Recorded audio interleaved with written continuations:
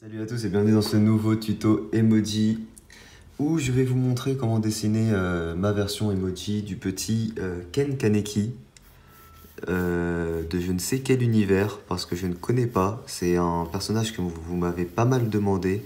Du coup, pour commencer, un petit cercle comme d'habitude. Une fois que vous avez fait le cercle, vous allez le diviser en deux parties, une supérieure, une inférieure. Voilà. Très simple pour le moment. Faire une autre délimitation, ça sera le tiers du cercle. En gros, là, je vais vous expliquer. Là, on a 50%. Là, on a 50%. Je vais faire une autre délimitation à peu près au tiers. Donc là, en gros, on a 33%. Et si je dois placer le tiers supérieur, ce serait là. On aurait 33% ici et 33% ici. Et 33% ici. Voilà, c'est juste pour que vous sachiez où mettre les délimitations. Et les deux traits qui nous intéressent ici, c'est celui du milieu et celui du tiers inférieur. Tous les autres, on peut les gommer. Du coup, je gomme pour qu'on s'y retrouve un peu mieux. Voilà, au final, c'est ce qui reste. Et là, en gros, on aura la délimitation des cheveux ici, des yeux ici, et du casque qui l'a bizarre en bas. C'est que on va passer déjà un petit trait horizontal pour la symétrie. Vertical, pardon. Voilà. Ici, de chaque côté, on va bomber un petit peu. C'est comme ça qu'il est. Hein. Je ne sais pas trop pourquoi, mais voilà. On fait comme deux petites bosses ici. Ensuite, on va descendre de chaque côté. On descend, donc assez bien d'un coup, et on va redresser sur la fin.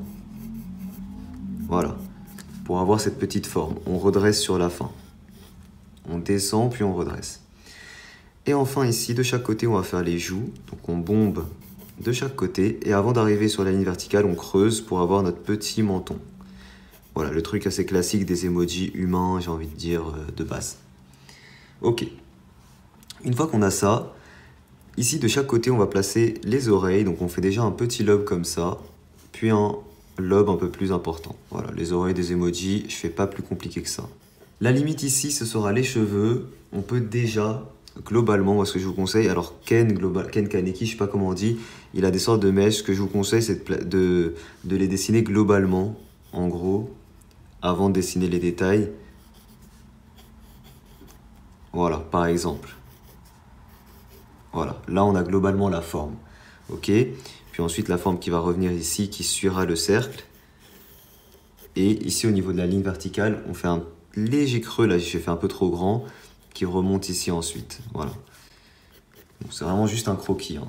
On peut déjà aussi gommer nos traits, nos autres traits, hein, parce qu'on n'en a plus vraiment besoin. À part le trait vertical pour la symétrie, le reste on n'en a plus trop besoin.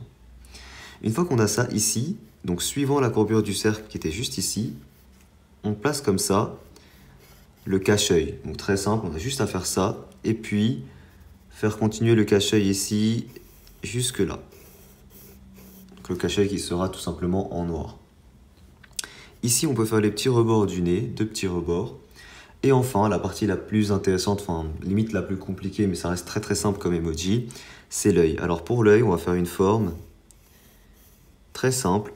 Une partie supérieure droite, une partie inférieure droite, et la partie inférieure qui remonte en haut et en dehors, comme ça, tout simplement.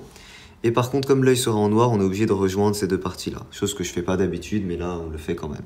Voilà. Et dans l'œil, ce qu'on va faire, c'est un rond coupé partie supérieure, comme ça. Voilà.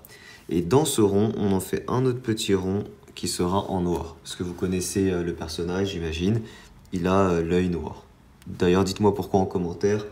Je rappelle que je ne connais pas ce manga, cet animé, je ne connais pas du tout. Donc ça m'intéresse, hein, je suis toujours assez curieux. Donc dites-moi pourquoi il a l'œil comme ça en commentaire pour ceux qui s'y connaissent pour le mieux. Une fois qu'on a ça, il ne manque plus que les cheveux. On a fait les formes globales. Donc ce qu'on va faire, c'est juste des petites mèches. Alors, plus grosses que celles qu'il a en réalité, parce qu'on est sur un emoji. Mais globalement, voilà, on en fait dans plusieurs sens différents.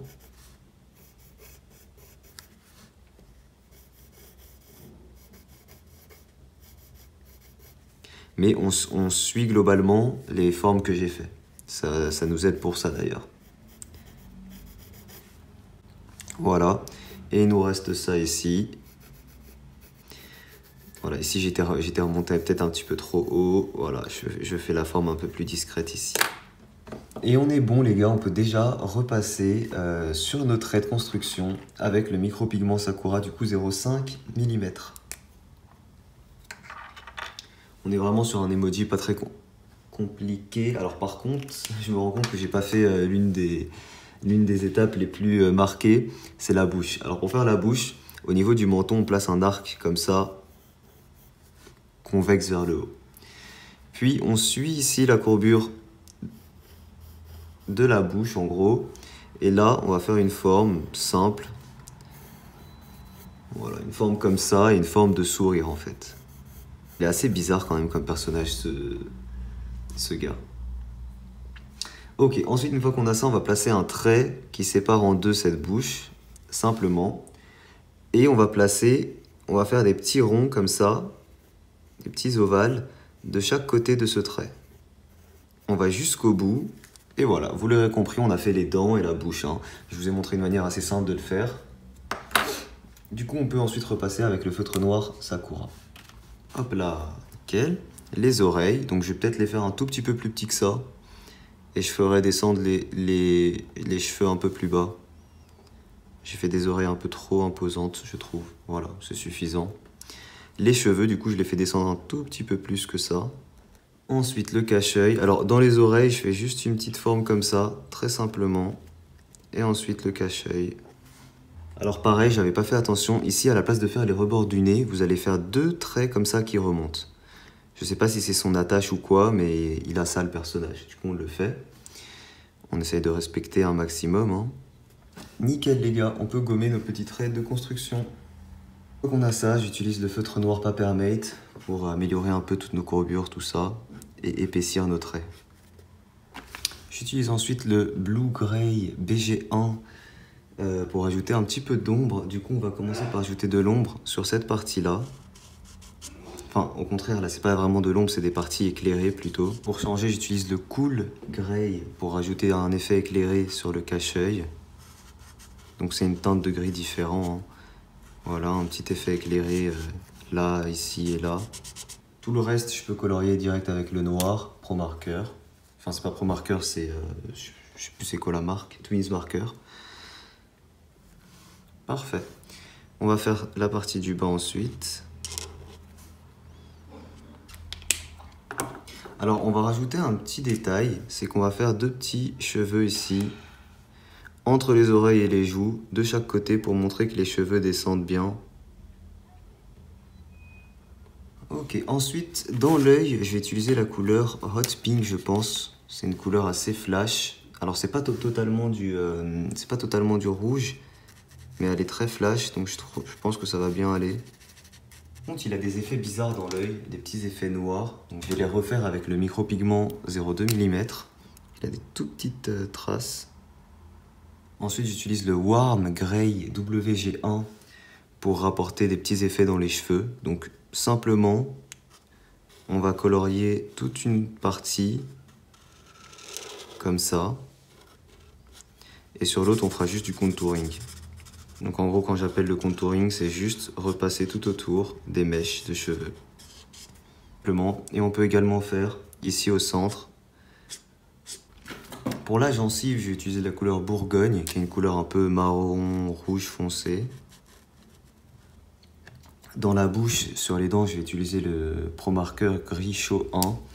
On va venir apporter un petit trait d'ombre au niveau de chaque doublé de dents, très simplement. Voilà, ça va donner un petit effet un peu plus réaliste. Pour la peau, j'utilise la couleur vanille. Et on aura déjà quasiment fini.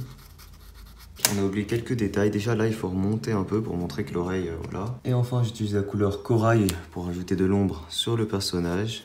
Donc assez aléatoirement, hein, autour de l'œil en général. D'un côté, comme ça, voilà. Et enfin, dernière étape, c'est la petite épaisseur tout autour du dessin. Je vais utiliser le feutre noir Stabilo pour ça. Et voilà. On a notre petit emoji Ken Kaneki. J'espère qu'il vous plaît, les gars. Moi, je le trouve plutôt sympa. Voilà, franchement, je l'aime bien. Je trouve qu'il ressemble bien au personnage. Et il est plutôt mignon, donc bien réalisé en tant qu'emoji. Dites-moi ce que vous en pensez en commentaire, particulièrement ceux qui le voulaient. N'hésitez pas à laisser un petit pouce bleu, les gars, si jamais il vous a plu. Donnez-moi d'autres idées de personnages en commentaire, d'autres mangas ou ce que vous voulez.